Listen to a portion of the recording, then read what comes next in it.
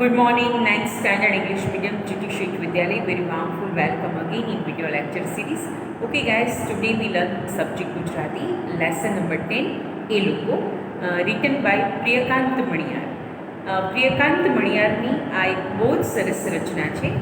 પ્રકાર છે કાવ્ય અને શીર્ષક છે એ લોકો. કટાક્ષપૂર્ણ શૈલીમાં પ્રિયકાંત મણિયારે આ કાવ્ય લખ્યું છે. પ્રિયકાંત મણિયાર એ અમરેલીના વતની અને વ્યવસાય એ ફક્ત આમ તો 9 ધોરણ સુધી જ ભણેલા, અભ્યાસ કરેલો, અને વ્યવસાય એ ચૂડી બનાવનાર હતા. ચૂડી એટલે આપણે જે બંગડી હોય એ ચૂડી બનાવવાનો વ્યવસાય કરતા હતા. પણ ગુજરાતી છંદ ઉપર એમનું ખૂબ સારું પ્રભુત્વ અને એને ખૂબ સારા કાવ્ય સંગ્રહો ગુજરાતી સાહિત્યને આપ્યા છે. એમાંથી પ્રબલ ગતિ એમનો બહુ વિખ્યાત કાવ્ય સંગ્રહ છે. એમાંથી આ કાવ્ય લેવામાં આવ્યું છે. ઇન્ટ્રોડક્શન પેરેગ્રાફમાં તમે એક શબ્દ સાંભળશો, ગદ્ય કાવ્ય. ગદ્ય અને કાવ્ય, જી હા, ગદ્ય કાવ્ય એટલે પ્રોસ ટાઈપ લખાયેલું પોએમ, એને ગદ્ય કાવ્ય કહે છે.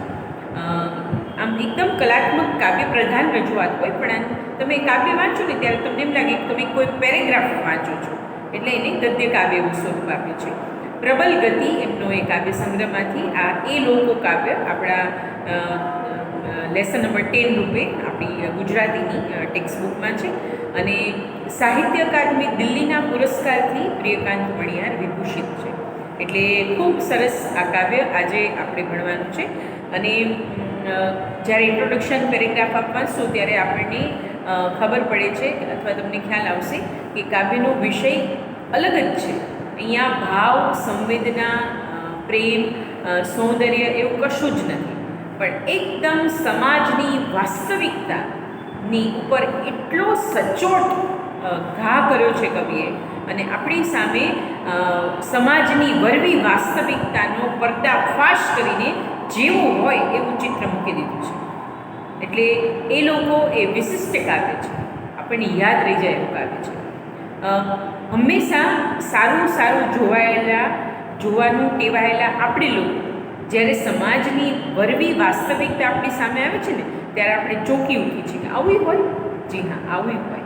આ સમાજ છે, આમાં બધા જ સારા પ્રકારના માણસો નથી હોતા. દરેક માણસની પ્રકૃતિ, દરેક માણસનો સ્વભાવ, દરેક માણસનું લક્ષ્ય, દરેક માણસની રહેણીકેણી, દરેક માણસનો સ્વાર્થ કંઈક અલગ હોય છે. હવે તમે મોટા થઈ રહ્યા છો, તમારે હવે દરેક વસ્તુ શીખવાની છે. તમારે સૌંદર્ય પણ શીખવાનું છે, અને તમારે સમાજની કુરૂપતા વિશેનો ખ્યાલ પણ તમને હોવો જોઈએ. સમાજ હંમેશા સારો હોય, બધા જ સારા હોય એવું હોતું નથી. બધા જ પ્રકારના લોકોનો સમાજ બનેલો છે. સારા માણસો છે તો સામે સાવ ખરાબ માણસો પણ, કેટલાક દુષ્ટ માણસો પણ છે જે સમાજને નુકસાન પહોંચાડે છે. એવા માણસોને ઓળખવા જોઈએ, એનાથી સતેજ રહેવું જોઈએ, અને આપણે આપણી જાતને એવા માણસોથી અળગા રાખવા જોઈએ. એ આ કાવ્યનો મેસેજ છે. તો એવા લોકોને ઓળખો, કેવા લોકોને, એ વાત આ કાવ્યમાં આપી છે. એટલે જ શીર્ષક છે એ લોકો. અહીંયા એ લોકો એટલે કવિને સંગ્રહખોર લોકો અભિપ્રેત છે. તમે જુઓ, ઘણી વખત કેવું બને, સ્વાભાવિક રીતે તમે જ્યારે ન્યૂઝપેપર વાંચતા હો ને ત્યારે તમને આવી ઘટનાઓ તમારી સામે આવે. અચાનક ડુંગળીના ભાવ વધી જાય, બટેટાના ભાવ વધી જાય, કોઈ વસ્તુ મળે નહીં. તો એ શું છે? તો એક સંગ્રહખોરી છે એક જાત. કેટલી બધી વસ્તુ, કેટલાક વ્યક્તિઓ પાસે પૈસા હોય, બજારમાંથી મોટા પાયે એ કેટલો બધો સ્ટોક ખરીદી લે અને પછી પોતાના ગોદામોમાં ભરી દે, અને પછી એક કૃત્રિમ અછત ઊભી થાય, અને એ અછતનો લાભ એ લોકો લે, સંગ્રહખોર લોકો લે, ખૂબ ઊંચી કિંમતે માલ વેચે અને સમાજનું શોષણ કરે. આવા શોષણ કરનારા લોકો માટેનું આપણને પરિચય આપે એ માટેનું આ કાવ્ય છે એનું. એટલે કાવ્યનો વિષય હંમેશા કોમળ, સંવેદનવાળો હોય એવું જરૂરી નથી. જીવનની નરવી વાસ્તવિકતા ઉપર પણ કાવ્ય સર્જન થઈ શકે, અને એનું સૌથી શ્રેષ્ઠ ઉદાહરણ છે આ કાવ્ય એનું. ગરીબી, શોષણ, અસામાજિકતા, કોઈ વ્યક્તિ અથવા કોઈ એક નિશ્ચિત સમાજ ઉપર પૈસાવાળા માણસોની પકડ, આ કાવ્યનો વિષય વસ્તુ છે, અને એ આપણે સમજવાનું છે. આપણે કહીએ છીએ ને, હંમેશા સારા માણસો બનીએ, સારા વ્યક્તિ બનીએ, પણ આવા કેટલાક નઠારા, સમાજને નુકસાન કરનારા લોકોથી પણ આપણે સચેત રહેવું જોઈએ. આખો કેટલોક સમાજમાં એક આખો એવો વર્ગ છે જે સમાજની ગોર ખોદે છે, શોષણ કરીને.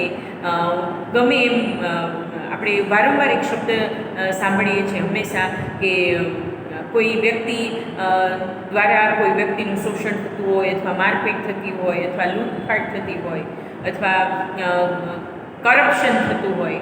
Very big word, corruption. તમે કેટલાક એવા માણસો નહીં સાંભળ્યા હશે કે એમ કે કરપ્શન ક્યાં નથી, કરપ્શન બધે થાય છે. કેટલીક વખત તમે જોશો હંમેશા દર ચોમાસે આપણા રોડમાં ખાડા ખબડા, કેટલાક હજી તો ઓવરબ્રિજ બનતા હોય ત્યાં કેટલોક ભાગ પડી જાય. આ શું છે? આ કરપ્શન છે. જે યોગ્ય ક્વોલિટીનો માલ વપરાવો જોઈએ એવો ન વપરાય, અને પરિણામે સામાન્ય માણસો બિચારા એની નીચે હાલતા ચાલતા રાહદારીઓ બિચારા દબાઈ જાય, કચડાઈ જાય, એને સહન કરવું પડે. તો આ એક શોષિત વર્ગ છે જે સમાજને કોરી ખાય છે. કેવી રીતે? ઉધઈની માફક કોરી ખાય છે. ઉધઈ જેમ લાકડાની કોરી ખાય ને, અંદરથી કોરી ખાય, બહારથી ખબર ન પડે, પણ ઉધઈ અંદરથી લાકડાને કોરી ખાય અને ખોખલું બનાવી દે. એમ આવા કેટલાક સ્વાર્થવૃત્તિવાળા માણસો સમાજને ખોખલું બનાવે છે, અને ગરીબો વધારે ગરીબ માણસો વધારે ગરીબ થતા જાય છે, શોષિત વર્ગ વધારે બિચારો કચડાતો જાય છે. એટલે જ કહીએ છીએ કે ભણો. જો તમે ભણશો, આગળ વધશો, કોઈ સારી પોસ્ટ ઉપર હશો, તો તમારી પાસે તમારા હિસ્સામાં એક એવું કામ આવશે જેમાં સમાજ સુધારણાનું કામ પણ આવશે, તમારા ભાગે આવશે, અને તમારે કરીને બતાવવાનું છે. શ્રેષ્ઠ સમાજનું નિર્માણ કરવું એ આપણી ફરજ છે, અને એ ફરજ આપણે અત્યારે વિદ્યાર્થી છીએ, પણ ભવિષ્યમાં જ્યારે આપણે નાગરિક બનશું ભારતના, ત્યારે ફરજ આપણે સૌએ નિભાવવાની છે. એક નાનામાં નાનો માણસ પણ કરપ્શનને ધારે તો રોકી શકે છે. તો એક વાસ્તવિક સ્વરૂપનું જ્ઞાન આપતું આ કાવ્ય છે. એકદમ સાંપ્રત વિષય આ કાવ્યમાં વર્ણવાયો છે. સાંપ્રત એટલે પ્રેઝન્ટ સબ્જેક્ટ, એને સાંપ્રત વિષય કહેવાય. કાવ્ય પઠન કરવું આપની સામે. એ લોકો પહેલાં કાપડના ટાંકા ભરી રાખે છે, અને પછી જ્યારે માણસ ફાટી જાય છે ત્યારે વાર વેચે છે. એ લોકો પહેલાં ધાન્યના કોથળા ભરીને સીવી રાખે છે, પછી જ્યારે માણસ સડી જાય છે ત્યારે કિલ્લો વેચે છે. એ લોકો પહેલાં ઔષધની શીશીઓ સંઘરી રાખે છે, અને માણસ જ્યારે ફૂટી જાય ત્યારે થોડી રેડે છે. એ લોકો છે જ નહીં, એ તો છે નોટોને ખાઈને ઉછળતી ઉધઈ. બીજું એને કંઈ ભાવતું નથી. મારે કવિ થવું જ નથી. ભારે અસર કરનારી જંતુનાશક દવા થાવ તો બસ.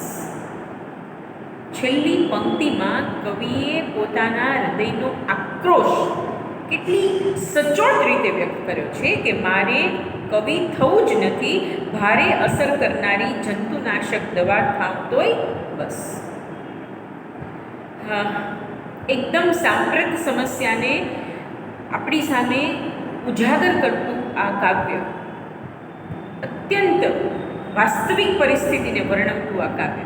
પ્રિયકાંત મણિયારને સો સલામ છે કે જેણે પોતાના શબ્દોના માધ્યમથી આપણી સામે સમાજના એક એવા વર્ગને ઉઘાડો પાડ્યો છે કે જે નોટોને ખાઈને ઉછળતી કીડીઓ જેવો છે, કે જેને ફક્ત ભ્રષ્ટાચાર, જેને કાળું નાણું, જેને બીજાના હકનો પૈસો લઈ પોતાના મહાલયો બનાવવામાં રસ છે, પોતાના ઘરની સંપત્તિ વધારવામાં રસ છે, અને પોતાના મોજ શોખમાં જ માત્ર રસ છે, જેને સમાજના નીચલા વર્ગના માણસોના સુખ દુઃખની કોઈ ફિકર નથી, જેને શોષિત, અશિક્ષિત, બેરોજગાર એવા લોકો માટે કોઈ સંવેદન નથી. એવા લોકોનો ઉધડો આ કાવ્યમાં પ્રિયકાંત મણિયારે લીધો છે અને આપણી સામે વ્યક્ત કર્યો છે. કવિ પોતાનો આક્રોશ જ્યારે શબ્દોમાં વ્યક્ત કરે છે ને, ત્યારે સમાજની પાયાની જે સમાજ રચના છે ને એ હલી જાય છે. એનું આ સર્વોત્તમ ઉદાહરણ છે. હું આશા રાખું છું કે તમે લોકો જેમ ભાવસભર, સંવેદનસભર ઉર્મી કાવ્યો યાદ રાખો છો ને, એમ આ કાવ્ય પણ ચોક્કસ યાદ રાખજો. એટલે પ્રિયકાંત મણિયારની આ રચના એકદમ આજે પણ, પ્રિયકાંત મણિયારે તો કેટલા વર્ષો પહેલાં કાવ્યનું સર્જન કર્યું હશે, આજે પણ એ કેટલું સાંપ્રત લાગે છે. જુઓ ને, આજે પણ પરિસ્થિતિ કંઈ બદલાય છે? બિલકુલ નહીં. પૈસાવાળા વધારે પૈસાવાળા થતા જાય છે, ગરીબ માણસ વધારે ગરીબ થતો જાય છે, વધારે કચડાતો જાય છે. તમે હમણાં લોકડાઉનમાં જોયું મજૂર વર્ગ આપણા ગુજરાતમાંથી પોતાના વતન તરફ જતા હતા, કેટલી વિટંબણાઓ એને કોઈ. ન્યૂઝપેપરમાં ફોટોગ્રાફ્સ આવતા હોય, ટીવીમાં આપણે જોતા હોય, ઉઘાડા પગે બિચારા હાલી હાલીને જતા હોય. કેવો એક કેવો વર્ગ છે જેની પાસે ઘર નથી, જેની પાસે માત્ર રોજની રોજીરોટી કમાવા પૂરતી જ ક્ષમતા છે. અને આ બધાનું મૂળ શું છે ખબર છે? નિરક્ષરતા. જ્યારે ભારતનો દરેક નાગરિક સાક્ષર બનશે ને ત્યારે ભારત ખરેખર સુવર્ણ ભારત બનશે. અને એ આપણે સૌએ કરવાનું છે. જ્યારે ભારતમાંથી નિરક્ષરતા જશે એટલે ગરીબી જશે, બેકારી જશે, ઓવર પોપ્યુલેશન જશે. આ બધો આધાર છે ને સાક્ષરતા ઉપર છે.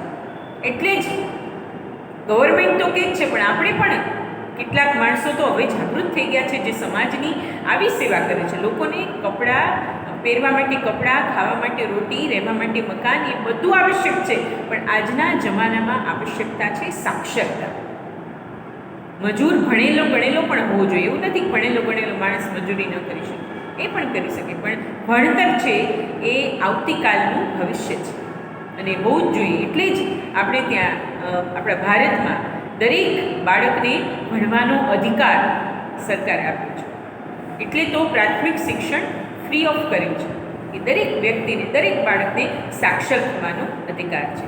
જેમ ભારતની અંદર સાક્ષરતા વધશે, નિરક્ષરતા ઘટશે, એમ આ દૂષણો જે છે, ગરીબી, બેકારી, શોષણ, ભ્રષ્ટાચાર, એ બધું નાબૂદ થશે. માટે આપણે સૌએ આ જાગૃતિ લાવવાની છે સાક્ષરતાના માધ્યમથી. ભણે ભારત વિકસે ભારત. આપણે નવું સૂત્ર રજૂ કરીએ, ભણે ભારત વિકસે ભારત. તો આજના આ સંદેશ સાથે હું મારો વિડીયો લેક્ચર પૂરું કરું છું. આશા રાખું છું પ્રિયકાંત મણિયાર વિશે આપ ઇન્ટ્રોડક્શન પેરેગ્રાફમાં વાંચશો અને 2 કે 3 વખત કાવ્ય વાંચશો. આપણને પણ કાવ્ય વાંચવાથી એક જુસ્સો ને જોમ આવશે. સાંપ્રત ઘટનાઓ આપણી સામે આવતી જશે. ન્યૂઝપેપર વાંચશો અને આ કાવ્યને કમ્પેર કરશો ને એટલે તમને લાગશે કે જાણે કે આ કાવ્ય આજે અત્યારે હમણાં જ લખાયું છે. તો કાવ્ય વાંચશો, ટિપ્પણ વાંચશો અને ઇન્ટ્રોડક્શન પેરેગ્રાફ વાંચશો. નેક્સ્ટ વિડીયો લેક્ચરમાં કાવ્ય વિશેની વિશેષ સમજૂતી આપની સામે હું રજૂ કરીશ. ત્યાં સુધી આપનું ધ્યાન રાખો, ઘરે રહ્યો, સુરક્ષિત રહ્યો. Okay guys, thank you so much. Have a nice day.